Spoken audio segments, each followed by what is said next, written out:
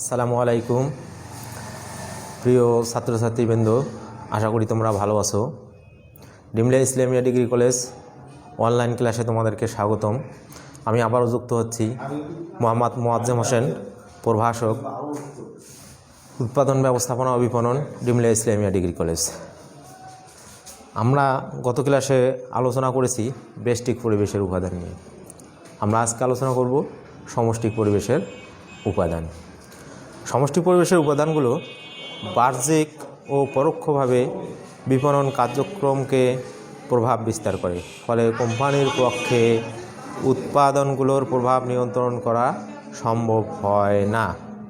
তবে উপাদানগুলো কোম্পানির জন্য ঝুঁকি সৃষ্টি করলেও পাশাপাশি বিভিন্ন ধরনের সুযোগও সৃষ্টি করে। আমরা এখন ব্যষ্টিক পরিবেশের উপাদানগুলো দেখব।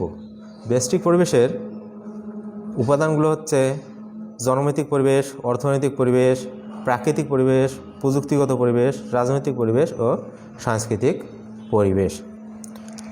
জনমিতিক পরিবেশ কি?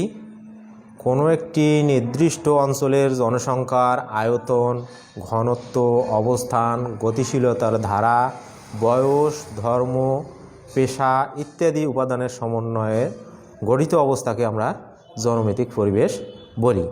এতে বিশেষ কোনো অঞ্চল বা ভূখণ্ডের জনসংখ্যার পরিমাণ, জনসংখ্যার ঘনত্ব, বয়স, লিঙ্গ, বর্ণ, জাতি, পেশা ইত্যাদি সংখ্যাতাত্ত্বিক বর্ণনা তুলে ধরা হয়।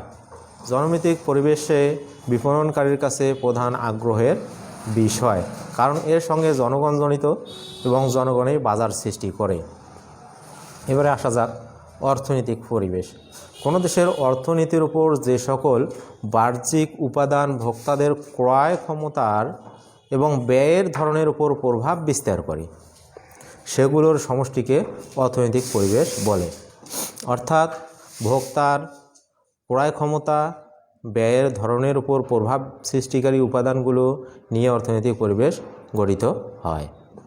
অর্থনৈতিক পরিবেশ উপাদানগুলো হলো জনগণের আয়, ব্যয়, সঞ্চয়, ভোগের ধরন, মুদ্রাস্ফীতি, পণ্যমূল্য, ক্রয়ের ধরন, সুদের হার, ঋণ প্রাপ্তি ইত্যাদি। বিপণন ব্যবস্থা একটি অর্থনৈতিক কর্মপ্রয়াস।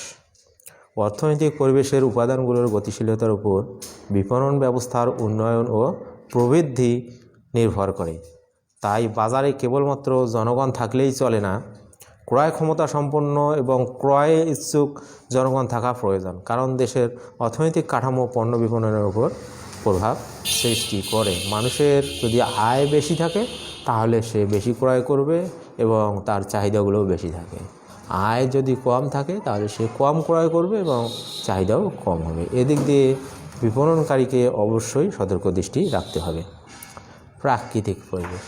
কোনো দেশের জলবায়ু, আবহাওয়া, প্রাকৃতিক সম্পদ, নদ নদী, ভূমণ্ডল ইত্যাদি সমন্বয়ে যে পরিবেশ গড়ে ওঠে তাকে প্রাকৃতিক পরিবেশ বলে।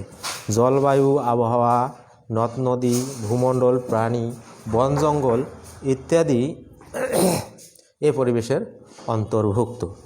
উৎপাদনের প্রয়োজনীয় কাঁচামাল আমরা প্রাকৃতিক সম্পদ থেকে কিংবা প্রাকৃতিক পরিবেশ থেকে পেয়ে থাকি। প্রাকৃতিক সম্পদ প্রাকৃতিক পরিবেশের অন্তর্ভুক্ত। উৎপাদনের প্রয়োজনীয় কাঁচামাল যোগান প্রাকৃতিক পরিবেশ থেকে পাওয়া যায়। প্রাকৃতিক সম্পদ প্রাকৃতিক পরিবেশের অন্তর্ভুক্ত। এগুলো বিপণনের উপকরণ হিসেবে প্রয়োজন হয় এবং বিপণন কার্যাবলীকে প্রভাবিত করে। ফলে শিল্প প্রতিষ্ঠানের স্থাপন ও বাজারের পরিস্থিতি প্রাকৃতিক পরিবেশের উপর নির্ভর করে। প্রযুক্তিগত পরিবেশ। বিজ্ঞান ও কারিগরি সংক্রান্ত গবেষণা, উন্নত প্রযুক্তির ব্যবহার, উদ্ভাবন, আমদানির সুযোগ ইত্যাদি মিলে যে পরিবেশ সৃষ্টি হয় তাকে প্রযুক্তিগত পরিবেশ বলে। নতুন প্রযুক্তির উদ্ভাবন নতুন পণ্য বাজার সৃষ্টি করে এবং বাজারে নানা ধরনের সুযোগ সৃষ্টি নিয়ে প্রযুক্তিগত পরিবেশ গঠিত। প্রযুক্তিগত পরিবেশ বিপণনের ক্ষেত্রে বিভিন্ন ধরনের অনিশ্চয়তা ও হুমকি সৃষ্টি করে এবং পাশাপাশি বিভিন্ন ধরনের সুযোগেরও সৃষ্টি করে। প্রত্যেক নতুন প্রযুক্তি পুরাতন প্রযুক্তির স্থলাভিষিক্ত হয়। প্রযুক্তির উন্নয়নের ফলে নতুন নতুন পণ্য উৎপাদন বা সেবা সৃষ্টির সম্ভাবনা দেখা দেয়। প্রযুক্তির উন্নয়নের ফলে আমরা কম্পিউটার, ইন্টারনেট, ল্যাপটপ ইত্যাদির ব্যবহার সম্পর্কে জানতে পারতেছি। আবার প্রযুক্তির কিছু খারাপ দিক আছে, যেমন পারমাণবিক বোমা, বিভিন্ন ধরনের মিসাইল ইত্যাদি পৃথিবীকে হুমকির সম্মুখীন করে তুলতেছে। রাজনৈতিক ও সামাজিক পরিবেশ, দেশের সরকার, রাজনৈতিক দল, তাদের মনোভাব, কর্মসূচি, দেশের রাজনৈতিক পরিস্থিতি ইত্যাদির সমন্বয়ে যে পরিবেশের সৃষ্টি হয় তাকে রাজনৈতিক পরিবেশ বলে। বিপণন কার্যাবলীর উপর প্রভাব সৃষ্টিকারী বিভিন্ন সরকারি সংস্থা, সামাজিক স্বার্থ রক্ষাকারী সংগঠনগুলো কার্যক্রমের সমন্বয়ে রাজনৈতিক সামাজিক পরিবেশ গঠিত হয়। সরকারের স্থিতিশীলতা, রাজনৈতিক মতাদর্শ, দৃষ্টিভঙ্গি, নীতিমালা, কর্মসূচি, স্বচ্ছতা, জবাবদিহিতা, জনগণের রাজনৈতিক ভাবনা, দেশের আইন শৃঙ্খলা পরিস্থিতি ইত্যাদি রাজনৈতিক পরিবেশের গুরুত্বপূর্ণ উপাদান। রাজনৈতিক অবস্থা দ্বারা বিপণন কার্যক্রম বিশেষভাবে প্রভাবিত হয়, যেমন বিশুদ্ধ খাদ্য সামগ্রী আইন, ওজন ও পরিমাপ বিষয়ক অধ্যাদেশ, ভোক্তা অধিকার সংরক্ষণ ইত্যাদি। সাংস্কৃতিক পরিবেশ, সাংস্কৃতিক পরিবেশ হচ্ছে ওই সকল প্রতিষ্ঠান ও শক্তির সমন্বয়ে গঠিত অবস্থা যা দ্বারা জনসাধারণ সমাজের মৌলিক মূল্যবোধ, রীতিনীতি, আইনকানুন ইত্যাদি প্রভাব সৃষ্টিকারী প্রতিষ্ঠান এবং অন্যান্য শক্তিগুলোর মাধ্যমে প্রাকৃতিক পরিবেশ, সাংস্কৃতিক পরিবেশ গঠিত হয়। পরিবার, শিক্ষা প্রতিষ্ঠান, ধর্মীয় প্রতিষ্ঠান, সামাজিক সংগঠন ইত্যাদির মাধ্যমে জনগণ সাংস্কৃতিক পরিবেশের বিষয়গুলোর অনুশীলন ও অভ্যাস আয়ত্ত করে। এগুলো ভোক্তাদের ভোগ অভ্যাসের প্রভাব সৃষ্টি করে। সাংস্কৃতিক পরিবেশে আমরা বিপণনকারীকে মাথায় রাখতে হবে, যেমন বাংলাদেশের ক্ষেত্রে মদ যেমন বিপণন করা সম্ভব নয়, আমেরিকায় তেমনি বোরকাও বিপণন করা সম্ভব নয়। এই বিষয়গুলো আমাদের বিপণনকারীকে মাথায় রাখতে হবে। পণ্য ও সেবা সামগ্রী বিপণনের সমষ্টিক পরিবেশের প্রভাব দেখব আমরা এখন। সমষ্টিক পরিবেশের উপাদানগুলো পরোক্ষভাবে বিপণন কার্যক্রমে প্রভাব বিস্তার করে। কোম্পানির পক্ষে উপাদানগুলোর প্রভাব নিয়ন্ত্রণ করা সম্ভব হয় না। এই পরিবেশের উপাদানগুলো কোম্পানির জন্য ঝুঁকি সৃষ্টি করে এবং পাশাপাশি বিভিন্ন ধরনের সুযোগও সৃষ্টি করে। নিম্নে পণ্য ও সেবা সামগ্রী বিপণনে সমষ্টিক পরিবেশের উপাদানগুলোর প্রভাব আলোচনা করতেছি। জনমিতিক পরিবেশ, জনমিতিক পরিবেশ হলো বিপণনকারীর নিকট সবচেয়ে গুরুত্বপূর্ণ বিবেচ্য বিষয়, কারণ জনগণকে সম্পৃক্ত করেই বিপণনকারী সকল কার্যক্রম পরিচালনা করে।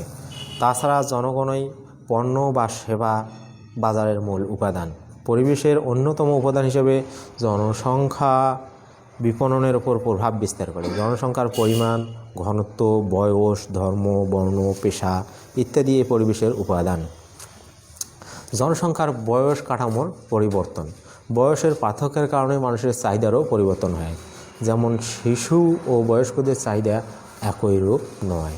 তাই জনসংখ্যার বয়স কাঠামো পরিবর্তনের ফলে বিপণন কার্যাবলীও প্রভাবিত হয়। যেমন জন্মহার বেশি হলে শিশু পণ্যের চাহিদা বেশি বৃদ্ধি পায়, তাই দক্ষ বিপণনকারীরা জন্মভিত্তিক বিপণন কার্যক্রম গ্রহণ করে।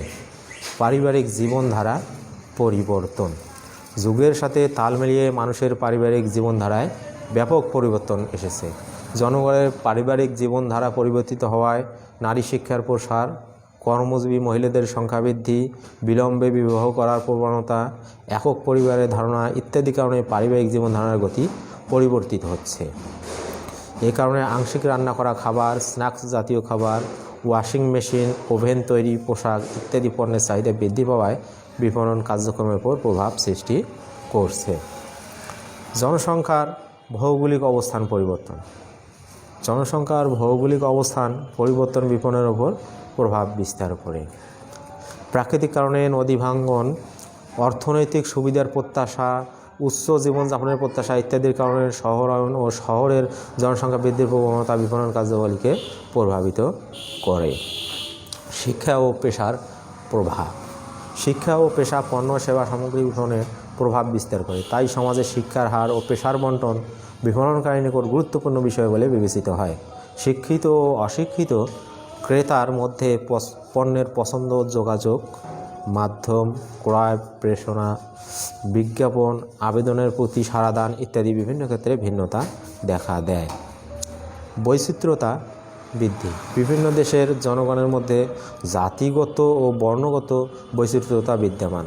যেমন জাপানের অধিবাসীদের অধিকাংশই জাপানিজ হলেও যুক্তরাষ্ট্র বিভিন্ন জাতি ও ধর্মের জনগণ বাস করে, ফলে বিভিন্ন দেশ বা সংস্কৃতি থেকে আসা জনগোষ্ঠীর মধ্যে ভিন্ন ভিন্ন ধরনের চাহিদা ও ভোগ অভ্যাস লক্ষ্য করা যায়।